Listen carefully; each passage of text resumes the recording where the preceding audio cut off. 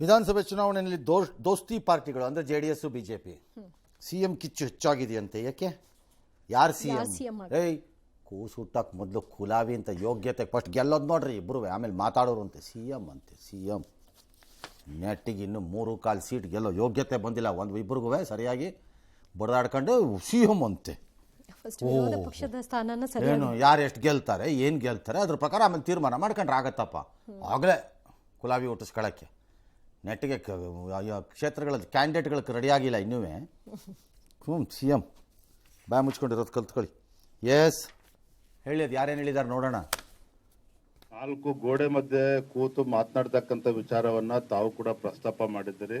ನಾವು ಯಾರು ಕೂಡ ಪಕ್ಷಕ್ಕಿಂತ ದೊಡ್ಡವರು ಯಾರೂ ಇಲ್ಲ. ನಾ ಹೇಳಿದ್ದೇನೆ, ಇದು ಯಾವುದು ಕೂಡ ಚರ್ಚೆ ಮಾಡಬೇಡಿ. JDS ಪಕ್ಷದವ್ರು ಯಾರು ಏನು ಹೇಳಿಕೆ ಕೊಟ್ಟರು ಕೂಡ ನಾವು ಹಲವಾರು ಜನ ಹೇಳ್ತಾರೆ ಇಲ್ಲಿ ಬಂದವರು ಮುಂದಿನ ಮುಖ್ಯಮಂತ್ರಿ ಅಂತ ಕೂಗ್ತಾರೆ. ಜನ ಕೂಗ್ತಕ್ಕಂಥದ್ದನ್ನು ನಾವು ಮೇಲೆ ಹೋಗಬಾರ್ದು. ಈಗ ನಾನು 2 ಬಾರಿ ಮುಖ್ಯಮಂತ್ರಿ ಆಗಿ ನೀವು ನಿಮ್ಮ ಪಕ್ಷದವ್ರಿಗೆ ಹೇಳಬೇಕು, ಬರೀ ಸುಮ್ಮನೆ ಪಬ್ಲಿಕ್ಲಿ ಸ್ಟೇಟ್ಮೆಂಟ್ ಕೊಟ್ಬಿಟ್ರೆ ಆಗಲ್ಲ. ನೀವು ನಿಮ್ಮ ಪಕ್ಷದವ್ರಿಗೆ ಹೇಳ್ಬೇಕು, ಬಾಯ್ ಮುಚ್ಕೊಂಡು ಕೂತ್ಕೊಳ್ಳಿ, ಎಲೆಕ್ಷನ್ ಆಗಲಿ ಆಮೇಲೆ ನೋಡೋಣ ಅಂತ. ನೀವು ಸುಮ್ಮನೆ ಇಷ್ಟು ಹೇಳ್ಬಿಟ್ಟು ನಿಂತ್ಕೊಂಡ್ರೆ ಮತ್ತೆ ಕೂಗ್ತಾರೆ. ಈಗ ಸಿದ್ದರಾಮಯ್ಯ ಡಿ ಕೆ ಅಂತ ಕೂಗಿದಾಗ ಯಾಕೆ ನೀವು ರೊಚ್ಕೋಗ್ತೀರಿ? ಜನ ಸುಮ್ಮನೆ ಕೂಗ್ತಾರೆ ಬಂದವರು, ಅದನ್ನೆಲ್ಲ ಸೀರಿಯಸ್ ಆಗಿ ತಗೋಬಾರ್ದು ಅಂತ ಯಾಕೆ ಹೇಳಲ್ಲ? ಟವಲ್ ಹಾಕೊಂಡು ಕೂತಿದ್ದೀರಿ ಅಂತ ನೀವು DK ಹೇಳಲ್ವಾ ಸ್ಟೇಟ್ಮೆಂಟಲ್ಲಿ? Kumaraswamy he cannot escape from one side to other side. Then you tell your party workers to shut up ಅಂತ. ಆರಂಭ ಆಗಿದೆ. ಎಸ್. ಕೋಲಾರದ ವೇಮಗಲ್ನಲ್ಲಿ ದೇಶದಲ್ಲಿ ಮೊದಲ ಖಾಸಗಿ ಮಿನಿ ಹೆಲಿಕಾಪ್ಟರ್ ನಿರ್ಮಾಣ ಘಟಕ ಕಾರ್ಯಾರಂಭ ಮಾಡಲಾಗಿದೆ. ಪ್ರಧಾನಿ ಮೋದಿ ಹಾಗೂ ಫ್ರಾನ್ಸ್ ಅಧ್ಯಕ್ಷ ಮ್ಯಾಕ್ರೋನ್ ನಾಳೆ ವರ್ಚುವಲ್ ಆಗಿ ಚಾಲನೆ ಕೊಡಲಿದ್ದಾರೆ. ರಫೇಲ್ ಜೆಟ್ನಲ್ಲಿ ಬಳಸುವಂತಹ ಹಮ್ಮರ್ ಕ್ಷಿಪಣಿಗಳನ್ನು BL ಸಹಭಾಗಿತ್ವದಲ್ಲಿ ಭಾರತದಲ್ಲಿ ಅಭಿವೃದ್ಧಿಪಡಿಸುವಂತಹ ಒಪ್ಪಂದಕ್ಕೂ ಪ್ರಧಾನಿ ಮೋದಿ ಫ್ರಾನ್ಸ್ ಅಧ್ಯಕ್ಷರು ಸಹಿಯನ್ನ ಹಾಕಲಿದ್ದಾರೆ. 2027ರಲ್ಲಿ ಮೊದಲ ಹೆಲಿಕಾಪ್ಟರ್ ಹೊರತರುವಂತಹ ನಿರೀಕ್ಷೆ ಇದೆ. ಆಲ್ ರೈಟ್, ಬೇಸಿಕಲಿ ALH 125 ಮಾದರಿ ಹೆಲಿಕಾಪ್ಟರ್ಗಳು ಮಿನಿ 10 ಮಾಡ್ತಾರೆ ವರ್ಷಕ್ಕೆ ಅಂತಿದ್ದಾರೆ ಇವರು. ಗೊತ್ತಿಲ್ಲ ಅದು ಎಷ್ಟು ಮಾಡ್ತಾರೆ, ಆಮೇಲೆ ಬೇಕಾದ್ರೆ ಅಪ್ಗ್ರೇಡ್ ಮಾಡ್ಕೋಬೋದೇನೋ ಮುಂದೆ. Hammer is a missile used in Rafale ಜೆಟ್ಸಲ್ಲಿ.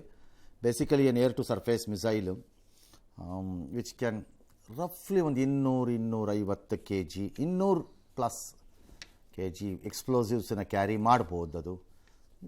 ಹಾಗಾಗಿ ಅದನ್ನು ಇಲ್ಲೇ ಮಾಡೋದು. ನಾನು ಅವತ್ತೇ ಹೇಳಂಗೆ ಬ್ರಹ್ಮೋಸರು ಟೆಕ್ನಾಲಜಿ ಜಾಯಿಂಟ್ಲಿ ಡೆವಲಪ್ ಆಯಿತು ಒಂದಷ್ಟು, ಬಟ್ ಇದರಲ್ಲಿ ಡೆವಲಪ್ಡ್ ಟೆಕ್ನಾಲಜಿ ತೊಗೊಂಬಂದು ಮಾಡ್ತಾ ಇದ್ದಾರೆ. ಅಂದರೆ India is trying to diversify ಮಾಡ್ಕೋತಾ ಇದೆ ತನ್ನ ಅನಿವಾರ್ಯತೆಗಳು ಅವಶ್ಯಕತೆಗಳೇನಿದೆ ರಕ್ಷಣಾ ವಲಯದಲ್ಲಿ. ಅಂದರೆ ಖರೀದಿ ಮಾಡುವುದರ ಜೊತೆಗೆ ಉತ್ಪಾದನೆ ಕಡೆಗೆ ಗಮನವನ್ನು ಕೊಡ್ತಾ ಹೋಗ್ತಿದೆ.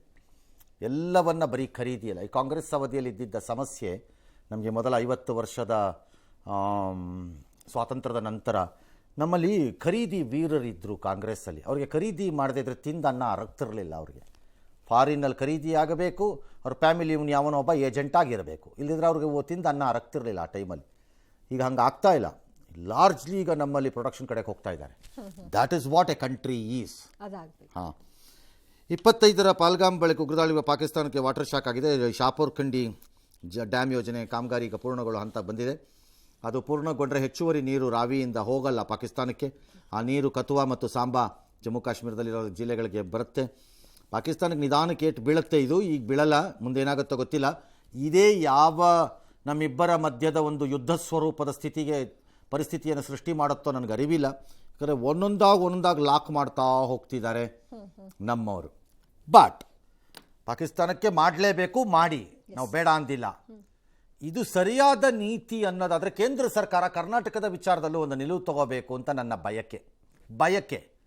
ದೇಶಕ್ಕೆ ಹೋಲಿಕೆ ಮಾಡ್ಕೊಂಡು ನಾನು ಹೇಳ್ತಿಲ್ಲ, ನನ್ನ ಕಷ್ಟ ಇರೋದ್ರಿಂದ ಹೇಳ್ತಾ ಇರೋದು. ಕಾವೇರಿ ನದಿಯಲ್ಲಿರುವ ಎಕ್ಸಸ್ ನೀರನ್ನು ಹಾಗಾದ್ರೆ ನಾನು ಬಂದ್ ಮಾಡಬಾರ್ದಾ? ತಮಿಳ್ನಾಡಿಗೆ ಇಂತಿಷ್ಟು ನೀರು ಅಂತ ನಿಗದಿ ಆದ ಮೇಲೆ ಯಾರ ಜೊತೆ ನಿಲ್ಲಬೇಕು ಕೇಂದ್ರ ಸರ್ಕಾರ? ಈಗ ಯಾಕೆ ಬಾಯಿ ತೆಗಿಯಲ್ಲ ಒಬ್ರುವೆ? ನೀವು ಎಕ್ಸಸ್ ನೀರಿಗೆ ಡ್ಯಾಮ್ ಕಟ್ಟಬಹುದು ಅನ್ನೋದಾದ್ರೆ ನಾನು ಮೇಕೆದಾಟು ಕಟ್ಟಬಾರ್ದಾ? ಸೊ ಅಲ್ಲಿಗೊಂದು ನಿಯಮ ಓಕೆ, ಇಲ್ಲಿಗೆ ನಿಯಮ ಬೇರೆನಾ? ಯಾವ ನ್ಯಾಯ ಇದು? ಯಾರನ್ನು ಕೇಳಬೇಕು ನಾವಿದನ್ನು ಅನ್ನೋದನ್ನು? ವಿಜಯೇಂದ್ರ ಅವರೋ, ಕುಮಾರಸ್ವಾಮಿ ಅವರೋ, ಅಥವಾ ಶೋಭಾ ಕರಂದ್ಲಾಜೆ ಅವರೋ, ಅಥವಾ ಘನತೆವೆತ್ತ MP ಗಳೋ ಬಂದು ಹೇಳ್ರಪ್ಪ, ಅವ್ರನ್ನೇ ಕೇಳ್ತೀವಿ. ಎಸ್. T20 ವಿಶ್ವಕಪ್ನಲ್ಲಿ ಬದ್ಧ ವೈರಿ ಪಾಕಿಸ್ತಾನ ವಿರುದ್ಧ ಟೀಂ ಇಂಡಿಯಾ ಗೆದ್ದು ಬೀಗಿದೆ. ಆದರೆ ಪಾಕಿಸ್ತಾನ ಹೀನಾಯವಾಗಿ ಸೋತಿದ್ರಿಂದ ಪಾಕ್ ಅಭಿಮಾನಿಗಳು ಮನೆಯಲ್ಲಿದ್ದಂತಹ ಟಿವಿಯನ್ನು ಬ್ಯಾಟ್ನಿಂದ ಪುಡಿ ಮಾಡಿದ್ದಾರೆ. ಯೂಟ್ಯೂಬರ್ ಒಬ್ಬ ತನ್ನ ತಂಗಿ ಮುಖಕ್ಕೆ ಕೇಕನ್ನು ಎರಚಿದ್ದಾನೆ.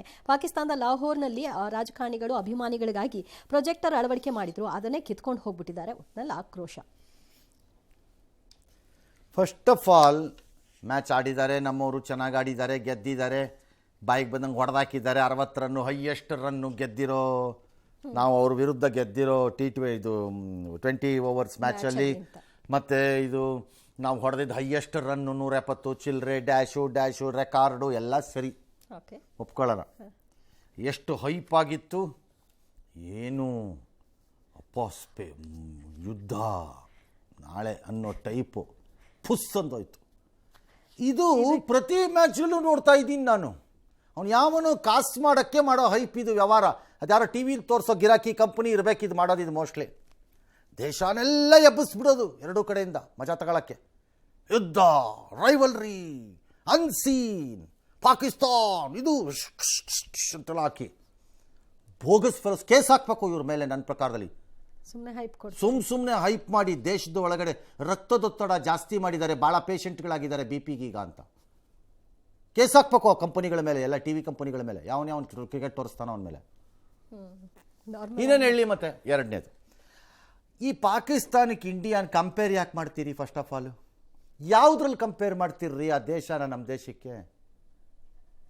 ಒಟ್ಟಾರೆ ವ್ಯಾಪಾರ ವ್ಯವಹಾರದ ಸೈಜಲ್ಲಿ ನಮ್ದು 3.4 ಟ್ರಿಲಿಯನ್ ನಾವು. ನೆಟ್ಗಿನ್ನು ಬಿಲಿಯನ್ಗಳನ್ನು ದಾಟಿಲ್ಲ. ಅದು ಇಲ್ಲ.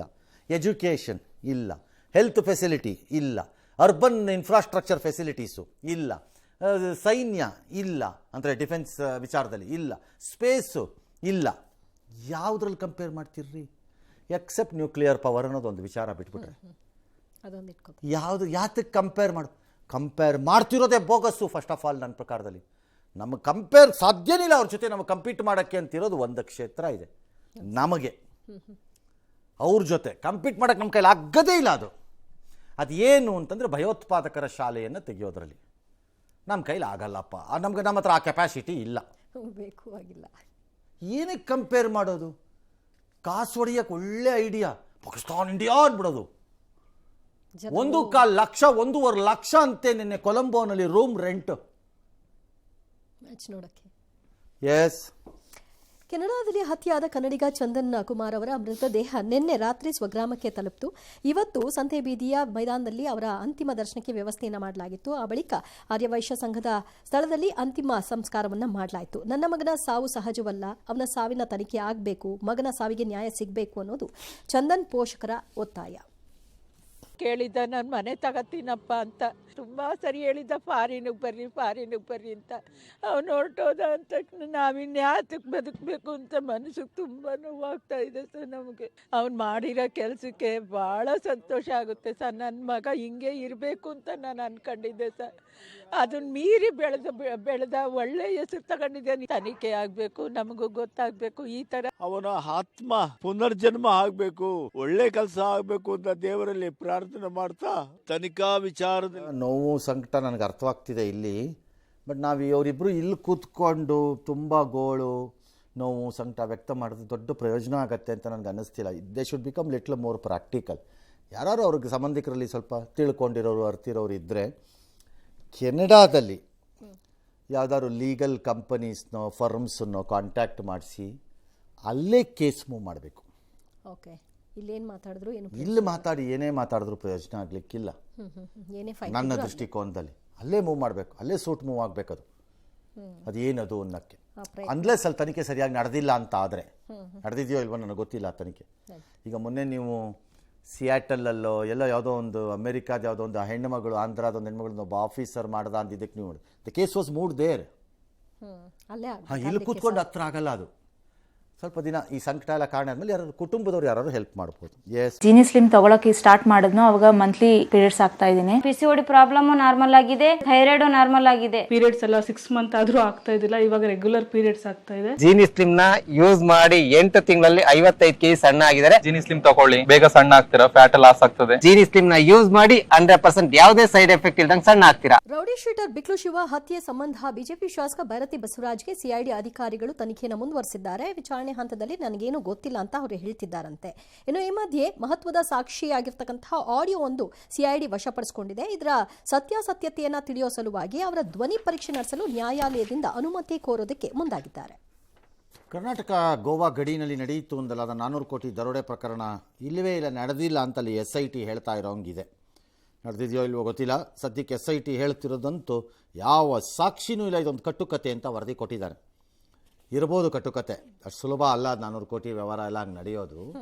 ಮಾಡಿದವ್ರು ಹಂಗೆ ಅರಗಿಸ್ಕೊಳಕ್ಕಾಗಲ್ಲ. ಅದು ದುಡ್ಡಾದ್ರೂ ಸಿಗಬೇಕು, ಏನಾರು ಒಂದು ಆಗಬೇಕಿತ್ತು. ನಾನು ಅವತ್ತೇ ಹೇಳದೆ ಲಕ್ಷ್ಮೀ ಹೆಬ್ಬಾಳ್ಕರ್ಗೆ, ಸುಮ್ಮನೆ ಬುರುಡೆ ಬಿಡಬೇಡಿ ಮೈಕ್ ತೋರಿಸಿದ ತಕ್ಷಣ, ಸುಮ್ಮನೆ ತಾಳ್ಮೆಯಿಂದ ಇರಿ, ಗೊತ್ತಿಲ್ಲ ಅದು ಯಾರಿಗೆ ಏನಾಗಿದೆಯೋ ಆಮೇಲೆ ಅಂತ. ಈಗೇನು ಹೇಳ್ತೀರಿ, ಇಡಿರಪ್ಪ ಮೈಕನ್ನ ಅವ್ರ ಮುಖಕ್ಕೆ, ಅವ್ರದ್ದು ಇದಕ್ಕೆ ರಿಯಾಕ್ಷನ್ಗೆ. ಮಹಾರಾಷ್ಟ್ರ.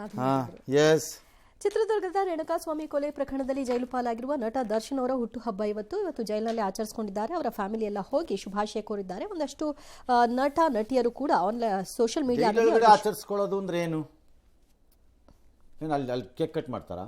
ಇಲ್ಲ, ಇವರು ಹೋಗಿ ವಿಶ್ ಮಾಡಿದ್ದಾರೆ. ಅದು ಯಾರು ಬೇಕಾದ್ರೂ ಮಾಡ್ಕೋಬಹುದು, ಅದೆಲ್ಲ ಇದೆ, ಅದು ಅವ್ರ ಪರ್ಸನಲ್, ಅವ್ರಿಗೆ ಕಾನೂನು ಪ್ರಕಾರ ಅವಕಾಶ ಇದೆ. ಕೇಕ್ ಕಟಿಂಗ್ ಎಲ್ಲ ಆಗಿರ್ಲಿಕ್ಕಿಲ್ಲ ಅನ್ಕೋತೀನಿ ನಾನು, ಗೊತ್ತಿಲ್ಲ ನನಗೆ, ಆ ಥರದ ಅವಕಾಶಗಳಿಲ್ಲ. ಯಶ್ ತಾಯಿ ಅವರು ಖರೀದಿ ಮಾಡಿದ ಸೈಟ್ ಗಲಾಟೆ. ಈಗ ಅವ್ರು ಕೋರ್ಟ್ಗೆ ಹೋಗಿದ್ರು, ನನ್ನನ್ನು ಪಾರ್ಟಿನೇ ಮಾಡಿದೆ, ಕೇಸ್ ಹಾಕ್ಬಿಟ್ಟು ಇವರು ಆರ್ಡರ್ ತಗೊಂಡ್ಬಂದ್ಬಿಟ್ಟಿದ್ದಾರೆ ಅಂತ. ಕೋರ್ಟ್ ಆಯಿತು ಮೇಡಮ್ ಡೋಂಟ್ ವರಿ ಅಂತ ಹೇಳ್ಬಿಟ್ಟು ಅದಕ್ಕೆ ಒಂದು ಸ್ಟೇ ಕೊಟ್ಟಿದ್ದಾರಂತೀಗ. ಹೌದಾ? ಇಬ್ಬರು ಏನು ಆಲ್ಟರ್ ಮಾಡಬೇಡಿ, 18ನೇ ತಾರೀಕು ಆದಮೇಲೆ ಚರ್ಚೆ ವಿಚಾರ ಮಾಡೋಣ ಇದನ್ನ ಅಂತ. ಇದು ಕರೆಕ್ಟ್ ಮೆಥಡ್ ಮೇಡಮ್. ಹಿಂದೆ ಮುಂದೆ ಕೂಗಾಡಿದ್ದಲ್ಲ ಕಳೆದ 6 ತಿಂಗಳಲ್ಲಿ ನೀವು. ಇದು ಕರೆಕ್ಟ್ ಮೆಥಡ್. ಇದನ್ನು ಮುಂದುವರಿಸಿ, ನಿಮ್ಮದು ಸರಿ ಇದ್ದರೆ ನೀವು ಗೆಲ್ತೀರಿ ಅಷ್ಟೇ.